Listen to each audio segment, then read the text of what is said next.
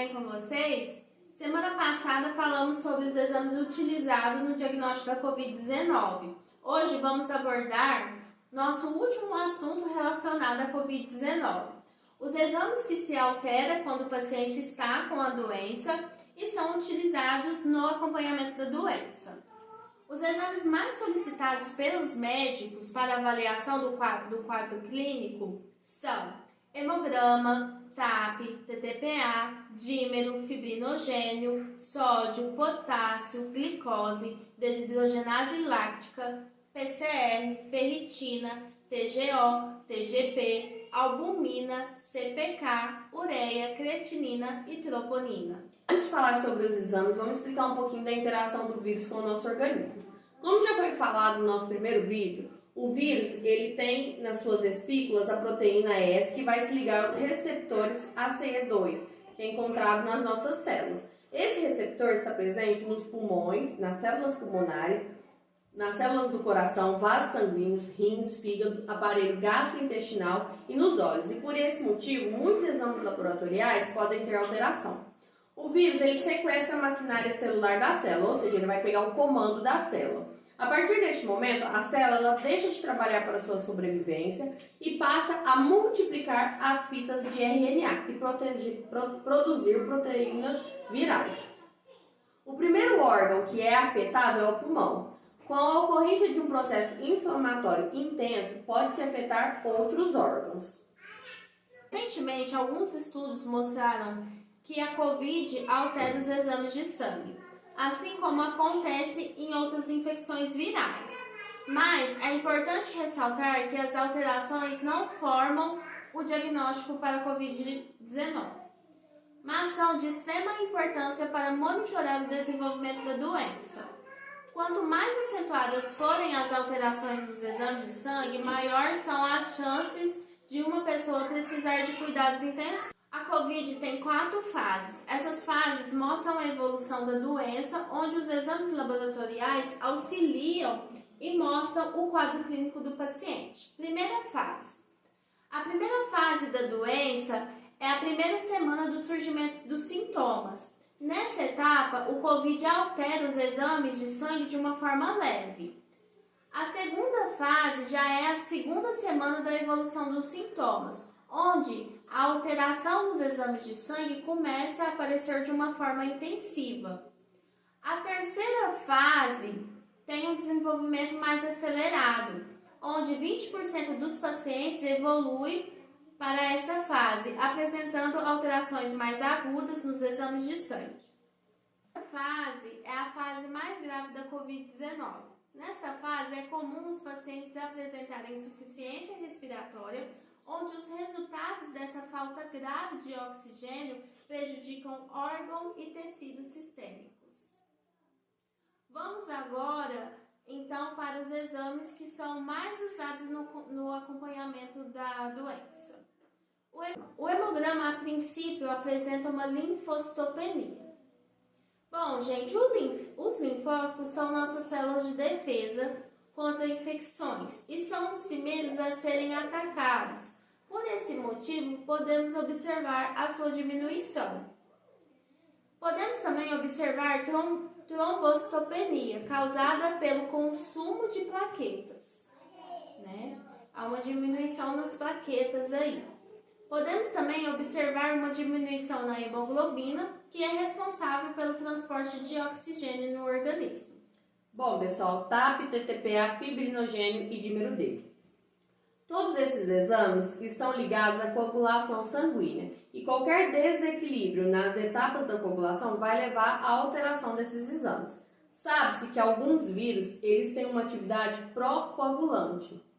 Por conta própria, eles vão levar à disfunção endotelial, ou seja, eles vão prejudicar a funcionalidade do tecido dos vasos sanguíneos, causando lesão tecidual, levando assim ao desequilíbrio da coagulação, com consequente produção exagerada do coágulo, de coágulos, podendo resultar na obstrução dos vasos sanguíneos. Esse evento é conhecido como trombose. O dímero D é um produto da degradação da fibrina, que é uma proteína que está envolvida na formação de coágulo. Assim, quando existir alguma alteração no processo de coagulação, é possível que exista uma maior quantidade de dímero D circulante no nosso organismo. Bom, pessoal, o sódio e potássio, os eletrólitos, podem informar alterações metabólicas na infecção por Covid, observando sua diminuição. A glicose, a glicemia em jejum aumentada é um fator de risco. A hiperglicemia não controlada agrava o prodiagnóstico em todos os pacientes, não apenas em pacientes com diabetes.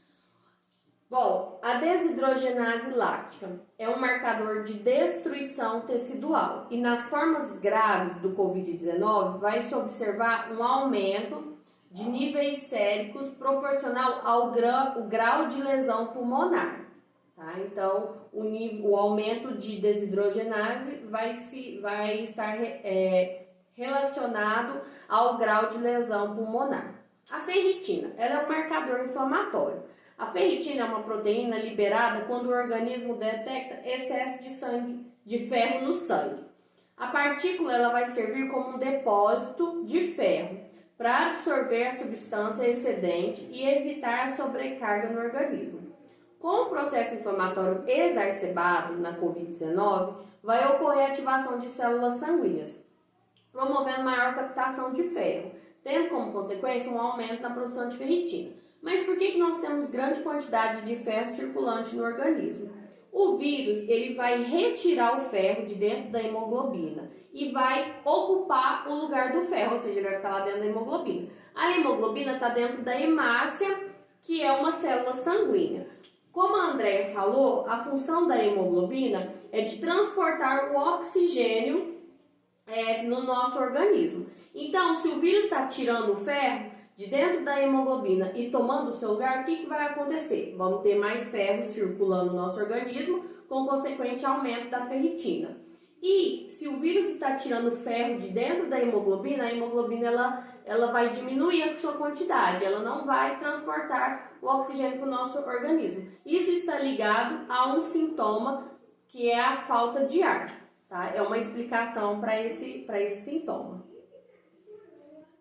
O PCR, a proteína C reativa, em processos infecciosos pode indicar a gravidade do quadro da infecção e ser um sinalizador de atenção entre os outros marcadores do estado clínico do paciente.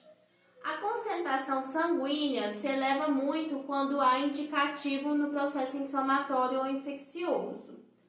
É um marcador de fase aguda, reconhecendo substâncias tóxicas de origem autógenas liberadas por tecidos lesionados. TGP. A alteração desses marcadores pode indicar danos hepáticos. O vírus possui afinidade pelas células hepáticas, por isso podemos observar seu aumento. A maioria dos casos é leve. Como resultado, a falta grave de oxigênio nos tecidos, os órgãos e sistemas começam a ser prejudicados, elevando as concentrações do TGO e TGP, mostrando uma hepatotoxicidade viral. Pessoal, a alteração da albumina é muito importante, pois indica um comprometimento da função do fígado. Nos pacientes com Covid foi observada uma diminuição da albumina circulante. O CPK, ele indica lesão muscular ou do miocárdio, e em pacientes com Covid ela se mostra elevada. A troponina é uma enzima que participa do complexo de proteínas envolvidas na contração muscular esquelético e cardíaco.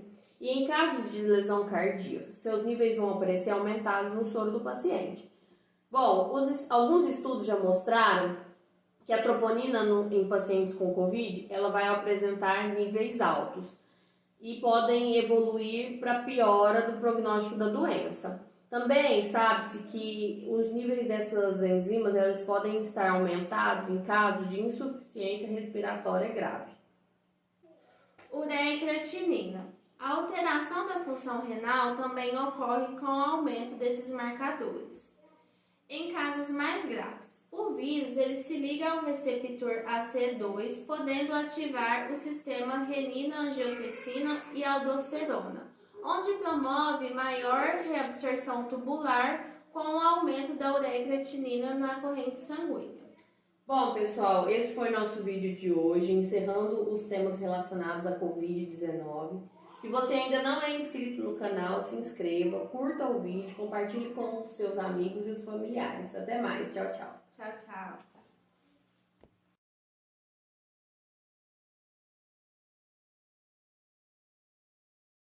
Da função terrenal do fígado.